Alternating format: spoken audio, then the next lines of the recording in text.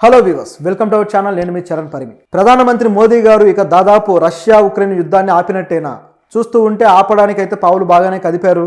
So రెండు దేశాల వైపు చర్చలు అయితే జరిపారు. ఇక ఆ చర్చలు దాదాపు విజయవంతమైనట్టే.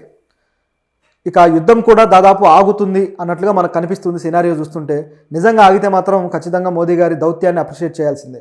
అయితే ఆయన అక్కడికి వెళ్ళి ఏం చేశారు, ఉక్రెయిన్ వెళ్ళిన తర్వాత ఏమేమి మాట్లాడారు, దానికి సంబంధించిన వివరాలు ఏంటనేది మనం ఒకసారి చూద్దాం.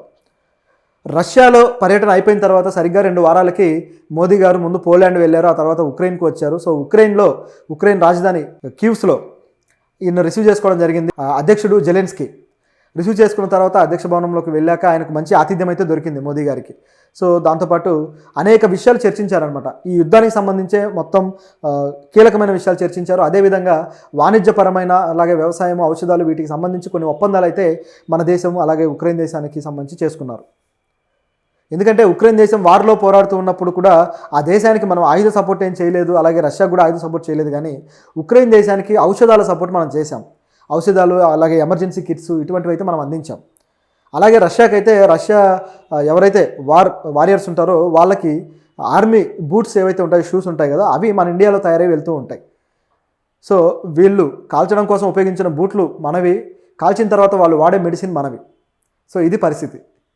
అంటే ప్రపంచ రాజకీయాల్లో ఎటువంటి పరిణామాలు వచ్చినా సరే అవి ఇతర దేశాల మీద ఎలాంటి ఇంపాక్ట్ చూపిస్తాయి, వాటి పాత్ర ఎలా ఉంటుందనే దానికి ఇది ఒక ఎగ్జాంపుల్.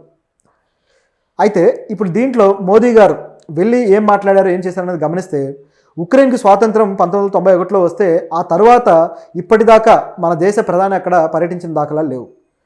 ఇప్పుడు మాత్రమే మొదటిసారి స్వాతంత్రం తర్వాత ఆయన పర్యటించారు. అయితే పర్యటించిన తర్వాత దాదాపు 9 గంటలు ఆ దేశంలో గడపడం జరిగింది. అయితే వాళ్ళ మీటింగ్ కూడా కొన్ని గంటల పాటు జరిగాయి. సో ఆ మీటింగ్లో మోదీ గారు ఏమన్నారంటే, నేను గతంలో కూడా మాస్కో వెళ్ళినప్పుడు పుతిన్ గారికి చెప్పాను, ఇది యుద్ధాల సందర్భం కాదు, యుద్ధాలు చేసుకొని విజయాలు సాధించాలనుకోవడం కాదు, శాంతి మార్గం పట్టాల్సిన సందర్భం. అంటే ప్రపంచమంతా శాంతి వైపు అడుగులు వేయాలి, కాబట్టి మీరు యుద్ధాన్ని విరమిస్తే బాగుంటుందని చెప్పేసి ఆయనకు సూచన చేసినట్టుగా జెలెన్స్కీకి ఈయన వివరించారు. నిజానికి జెలెన్స్కీ గారు ఏం చేశారంటే, మోదీ గారిని తీసుకుని వెళ్ళి బాగా సాధారణంగా ఆహ్వానించింది. వాళ్ళ జాతీయ మ్యూజియం ఉంటుంది కదా, ఆ మ్యూజియంలోకి తీసుకువెళ్ళి అక్కడ ఈ యుద్ధం వల్ల జరిగిన నష్టాన్ని మొత్తాన్ని కూడా ఒక డెమో రూపంలో చూపించడం జరిగింది. వీడియోస్, ఫొటోస్ వీటి రూపంలో అక్కడ పిల్లలు ఎంతమంది చనిపోయారు, ఎంతమంది గాయాల పాలయ్యారు, ఆ నగరాలు ఎలా నష్టపోయాయి, ఇదంతా కూడా ఆయన చూపించారు. సో మోదీ గారు కూడా చాలా బాధపడ్డారనమాట. అయితే ఈ సంఘటనలన్నీ చూపించిన తర్వాత ఆయన రిక్వెస్ట్ చేశాడు, ఇక్కడ మీరు చాలా ఇన్ఫ్లుయెన్స్ కలిగిన వ్యక్తి, మీరు తలుచుకుంటే యుద్ధాన్ని ఆపగలరు, మీరు కంట్రోల్ చేయగలరు, మీరు ఏదో ఒకటి చేయండి అని చెప్పేసి రిక్వెస్ట్ చేశారు. అంటే జెలెన్స్కీ గారి ఫేస్ కూడా చూస్తే చాలా డల్గా ఏదో కోల్పోయిన ఫీలింగ్లో ఉన్నారనమాట ఆయన. ఇటువైపు చూస్తేమో దాదాపు రష్యాలోకి చొరపడి అక్కడ కూడా గ్రామాన్ని ఆక్రమించుకున్న పరిస్థితి ఉంది, నగరాన్ని. అయితే ఇక్కడ మాత్రం ఈయన డల్ అయిపోయిన పరిస్థితి కూడా కనిపిస్తుంది. బహుశా ఈయనకి ఆయుధ సంపత్తి సపోర్ట్ అనేది అమెరికా తగ్గించిందా, లేకపోతే యుద్ధానికి ఓ కొలిక్కి తెద్దామని భావించారా, ఏం జరిగిందో కానీ మొత్తానికి జెలెన్స్కీ అయితే డల్ అయ్యారు. సో ఈ పరిస్థితుల్లో మోదీ గారు ఈ విధంగా చెప్పడం జరిగింది. అదేవిధంగా అక్కడ ఒయాసిస్ ఆఫ్ పీస్ అని చెప్పేసి ఒక పార్క్లో మన బాపూజీ విగ్రహం, మహాత్మా గాంధీజీ గారి విగ్రహానికి వెళ్ళి నమస్కరించి, ప్రపంచ శాంతిని బోధించిన బాపు గారి స్ఫూర్తితోటి మనం మెలగాలి అని చెప్పేసి అన్నారు. అలాగే ప్రపంచంలోనే పెద్ద ప్రజాస్వామ్య దేశమైన మా దేశం నుంచి నేను వచ్చాను, ప్రపంచ శాంతికి మేము కట్టుబడి ఉంటామని చెప్పేసి ఆయన అన్నారు. సో అదేవిధంగా జెలెన్స్కీ కూడా సూచనలు చేశారు, ఈ యుద్ధం త్వరగా విరమించాలని కోరుకుంటున్నాను, ఇది యుద్ధాల సందర్భం కాదని చెప్పేసి ఆయనకి చెప్పడం జరిగింది. అయితే దీంతోపాటు కొన్ని ఒప్పందాలు అయితే చేసుకున్నారు ఆ దేశంతో. అవేంటంటే, ఒకటి వాణిజ్యపరమైన ఒప్పందాలు. సో ఇందులో భాగంగా ఆయిల్, అదేవిధంగా ముఖ్యంగా ఔషధాలు మన దేశం నుంచి ఉక్రెయిన్కి బాగా వస్తూ ఉంటాయన్నమాట. సో దీనికి సంబంధించిన ఒప్పందం అయితే చేసుకున్నారు. అలాగే వ్యవసాయంలో సహకారం, అలాగే రక్షణ, ఆరోగ్యము, విద్య ఇలాంటి అన్ని విషయాల్లోనూ ఒప్పందాలు అయితే చేసుకున్నారు. సో ఇది చాలా మంచి పరిణామం అని చెప్పాలి. అయితే మోదీ గారు తన రాకని ఏ విధంగా ప్రకటించుకున్నారంటే, మొత్తం గ్లోబల్ సౌత్కి ప్రతినిధిగా నేను వస్తున్నానని చెప్పారు. సో ఈ విధంగా ప్రకటించడం అనేది ఒక నిజానికి ఆశ్చర్యపడాల్సిన విషయం. ఎందుకంటే మొత్తం గ్లోబల్ సౌత్ అంటే గ్లోబ్లో సౌత్ పార్ట్ అంతా ఏదైతే ఉందో, ఇప్పుడు మన మధ్య ఆసియా, అలాగే దక్షిణాసియా, మిగతా ఐరోపాలో కూడా కింది కంట్రీలు, సౌత్లో ఉండే కంట్రీలు, ఇవన్నీ కూడా దీంట్లో కౌంట్ అవుతాయి. ఇప్పుడు రష్యా కూడా అదేవిధంగా కొంత ఐరోపా, కొంత ఇట్లా ఆసియాలో ఉంటుంది కాబట్టి సో ఇదంతా కౌంట్ అవుతుంది.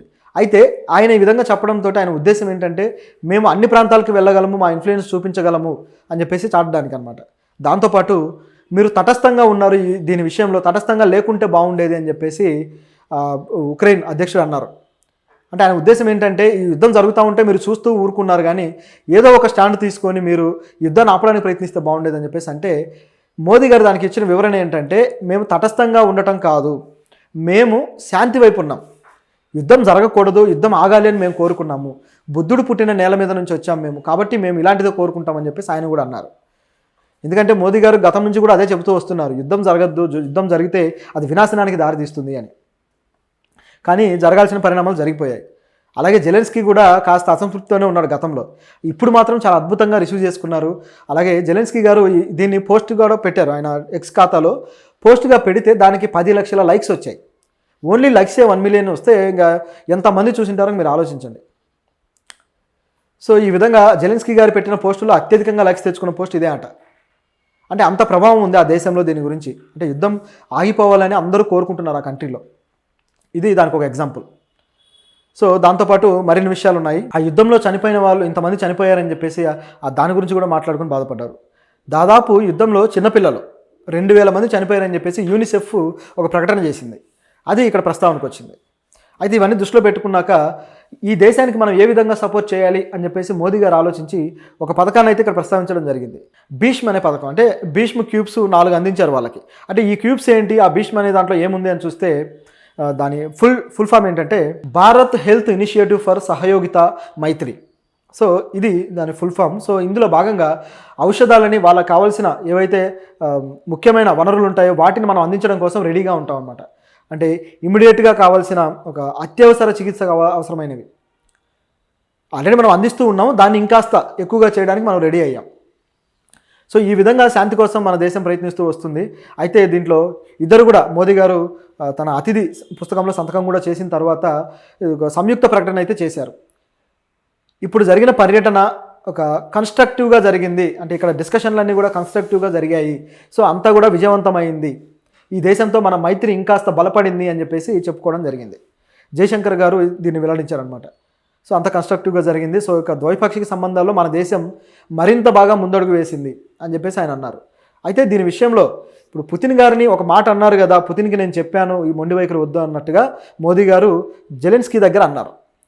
మరి ఇది పుతిన్ గారికి చేరితే ఆయన ఎలా రియాక్ట్ అవుతారు? ఎందుకంటే మోదీ గారికి మంచి దోస్తీ ఉంటుంది పుతిన్తో, వాళ్ళిద్దరూ ప్రియమిత్రులుగా ఉంటారనమాట.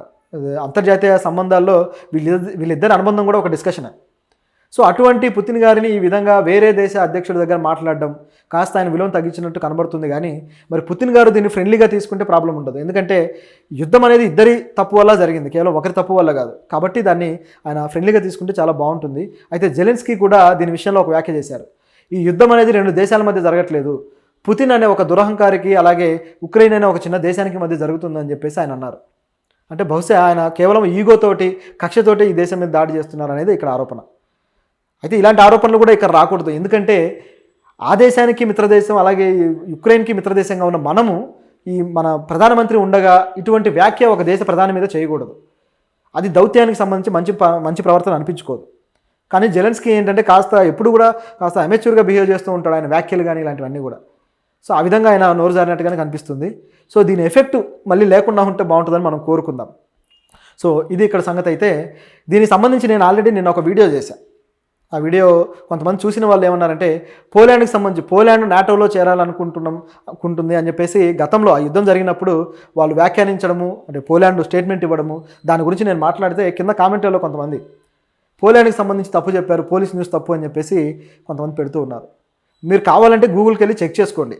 ఈ కామెంట్ పెట్టిన వాళ్ళు పోలాండ్ అనేది మేము కూడా నాటోలో చేరుతామని ఉక్రెయిన్ వారు జరిగిన స్టార్టింగ్లోనే ప్రకటించిన తర్వాత ఈ పుతిన్ రష్యా అధ్యక్షుడు పుతిన్ పోలాండ్కి కూడా వార్నింగ్ ఇచ్చిన తర్వాత ఈ నాటో ఆక్రమణ ఏదైతే ఈ నాటో విస్తరణ ఉందో ఆ యాక్టివిటీ అనేది కాస్త సద్దుమణిగింది.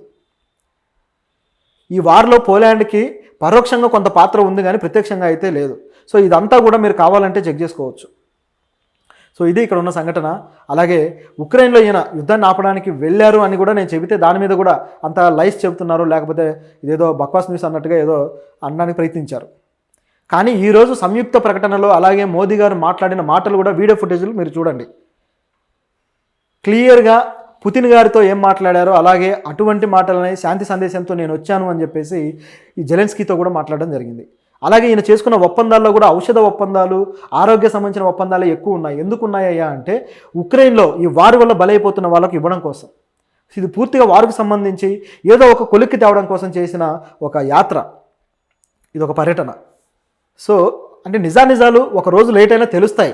ఆవేశపడిపోయి కామెంట్లు పెట్టడం అవసరం లేదు. మీకు కావాలనుకుంటే చెక్ చేసుకోండి. మీకు అంతగా డౌట్ ఉంటే గూగుల్కి కూడా వెళ్ళొచ్చు. సో ఇది దీంట్లో ఉన్న వివరాలు. సో ఇవన్నీ కూడా రిలయబుల్ న్యూసే. మనం కూడా ఒక అంతర్జాతీయ మీడియాస్ నుంచి మనం గ్రహించినవే మనం చెబుతూ ఉంటాం. అయితే దీంట్లో విశ్లేషణ ప్రధానమైంది. సో విశ్లేషణ మనం సరిగ్గా చేస్తున్నామా లేదా అనేది ముఖ్యం. సో నేను ఏదైతే నిన్న వీడియోలో మాట్లాడానో దాదాపు అలాంటి విషయాలనే మోదీ గారు ఇప్పుడు ప్రస్తావించడం జరిగింది. సో మనం రిలయబుల్ న్యూస్ ఇస్తున్నాం అనే దానికి ఇది ఒక ఎగ్జాంపుల్. సో మన ఛానల్ని ఫాలో అవ్వని వాళ్ళు ఫాలో అవ్వండి.